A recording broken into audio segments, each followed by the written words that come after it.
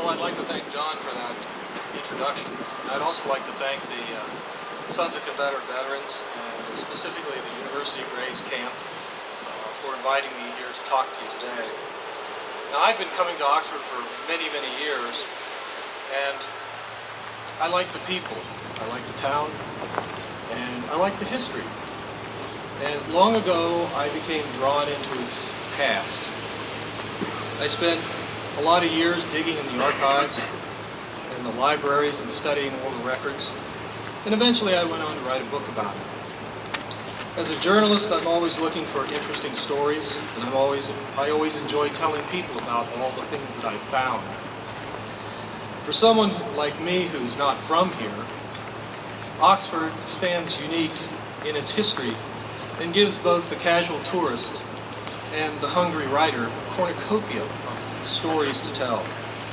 Whenever I come to town, I always make it a point to come here to this cemetery. There's history here. There's personal stories here. Here at the university, on the same ground where you are sitting, was a dark but dramatic chapter in Oxford's turbulent history that played out 152 years ago. I recall on one of my first visits here, I went up here to the monument and I read all the names on that plaque. And I began to wonder who exactly these people were. Who were these soldiers, and what were all these regiments about? What did they do, and why are they here? There are 133 names listed. They're listed in alphabetical order with companies and regiments in which they served. 133. Yet the monument tells us that there's more than 700 in all asleep within this enclosure. And I remember also wondering at the time, who are the other 567 or so whose names aren't listed? What are their names? And what are some of their stories? As a journalist and a writer who's been interested in history for most of my life, and having spent years in archives, in libraries, and courthouses researching and writing about what I found, I've learned that the best we can ever do is to merely scratch the surface of history. We can never really know the complete history of what happened. We can come close, but we can never quite get there. No matter how hard we try, the details will always elude us. The history we find in our time will always be a little bit fuzzy, a little indistinct, a little incomplete.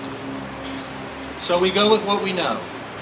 Sometimes what we need is just a little kernel of something, a letter in a drawer, a button with a memory attached to it. A story then can begin. We have to remember that these 133 names were once people, just like you and me. Frail human beings with thoughts and feelings, wants and desires, burdened by life the way we all are burdened by life, preoccupied with the same kinds of feelings and cares and worries of the day, wondering what shirt to wear, what to eat for breakfast, where am I going today, and who will I meet? One thing I've learned is that there are always stories waiting to be discovered. Stories of people who once lived, waiting to be known, waiting to be brought into the light.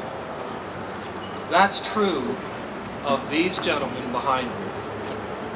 Of the 133 listed on the monument, the National Archives contains military records of about 53.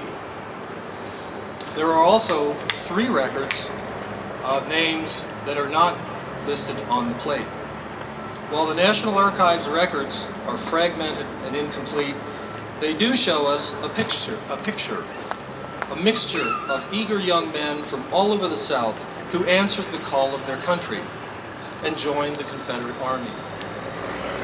They were from all over, from places as distant as Galveston, Texas, and as close as Columbus, Mississippi. Now in 1862, the war was only in its second year. and there was still the promise that the Confederate States might preserve its independence with military victory. In April of that year, the Union Army under Ulysses S. Grant moved southward down the Tennessee River to a little-known place called Pittsburgh Landing. In anticipation of a battle to come, then Mississippi Governor John J. Pettus authorized the conversion of the vacant University of Mississippi into a military hospital, allocating a whopping $100 for that purpose. The governor, at the same time, appointed Dr. Thomas Eisen of Oxford as the chief surgeon, and he quickly went to work and organized a staff of about 14 physicians, along with volunteer nurses and assistants made up of ladies from the town. The capacity of the university hospital at the time was intended to be only about 1,000 beds, but by the time the Battle of Shiloh happened, it already had 550 patients, most of them being treated mostly for disease. When word reached Oxford that casualties from Shiloh were on their way, everyone pitched in to prepare for their arrival. Women of the town stripped their beds in their own homes of mattresses, bed sheets, quilts, pillows, and anything that might be of value. Young girls scraped lint for bandages, and older men volunteered their wagons and their time to transport the wounded wherever they would be needed. Then the trains began to come. They arrived daily, bringing trainload after trainload of sick and wounded from Corinth and elsewhere until the university hospital itself reached its capacity. For the arriving casualties, the first stop was the Lyceum, which served as the dispensary. These soldiers were examined, evaluated, treated, and assigned to a ward based on their condition. The wounded were assigned to any one of a number of the buildings. The chapel building, which is now the building for international studies, being the first one that they used. Soldiers with contagious diseases like typhus or tuberculosis were isolated in tents erected out in the campus circle or in the grove. Arriving on one of the trains that April was a 21-year-old private named A.R. Jameson from Union City, Tennessee. He'd been in Company C of the 33rd Tennessee Infantry the first day at Shiloh. Assigned to Clark's Division, Stewart's Brigade, the 33rd had been positioned in the center of the Confederate line and saw some of the hottest fighting that first day at Shiloh. On that first day, Private Jameson and the 33rd hammered away at the Hornet's Nest, charging it 11 times without success, each time under withering fire. By 5 o'clock that afternoon, exhausted and running out of ammunition, the 33rd made one last assault, which succeeded in breaking the Federal line. But in the long charge across that grassy field toward the thin blue line, Private Jameson was hit by a Federal musket ball and crumpled to the ground, seriously wounded. Another young soldier who was at Shiloh that day was Private James Quinn from Simpson, Mississippi. Jim Quinn was just 22 when he enlisted the previous summer in the Simpson Fencibles, later to become the 6th Mississippi Infantry. Quinn had been in Claiborne's brigade, Polk's division, on the Confederate left flank. His regiment had rushed the Federal camps, surging into the Union lines like a raging flood, beyond the sunken road and past Shiloh Church, screaming and firing as they went. But there they were met with fierce resistance in what the official report called the enemy's quote-unquote destructive fire. After repeated charges, the 6th Mississippi lost 300 of its 425 men before finally falling back. Among the wounded left lying in the woods that day was Private Jim Quinn. That April, the war also came here to the people of Oxford. The wounded soldiers arrived at the same depot that only a year before had been the scene of glorious departures of Oxford's military companies like the Lamar Rifles, the Lafayette Guards, and the University Greys. Now, hundreds of grim-faced soldiers, far away from their own homes, passed over the same hallowed ground where once had trodden Oxford's patriots. Instead of bright-colored uniforms and confident faces, there were fearful expressions, bandaged heads and hands and legs, rumpled uniforms, torn, ripped away, or in some cases, missing altogether. All of them were darkened by the soil and grime of battle. The records give no details about the nature of either Jameson's or Quinn's wounds. All we know is that both men arrived here around the middle of April 1862, but neither of them left. Private Jim Quinn died on April 28th, about 2 weeks after he came here, and Private Jameson lasted until June 7th, 6 weeks after he was admitted. In all, the war produced 258,000 total Confederate casualties. And for every one soldier that died from battle wounds, 2 died from disease. From the records we have, that statistic still seems to hold true for the soldiers on this plate here behind me. Lacking immunity to contagious diseases, many young soldiers became sick from all kinds of disease once they were thrown together into large armies. Hygiene was at a premium. Water was generally not boiled, and the men couldn't wash or bathe for weeks or months on end. The result was contagion, which spread like wildfire.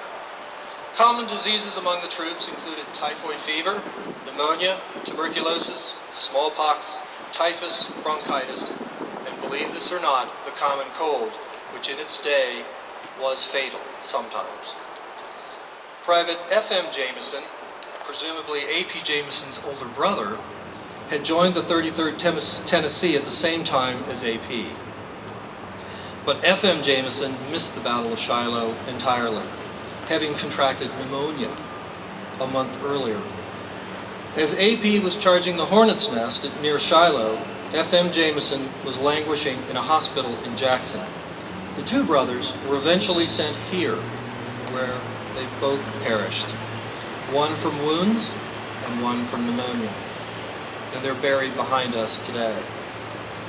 Another example of soldiers who died from disease was Private A. Dorman of Company B, the 25th Alabama. He was admitted here complaining of diarrhea, but he died on April the 9th after contracting pneumonia. Private B.H. Daffrin had a similar story, also from the 25th Alabama.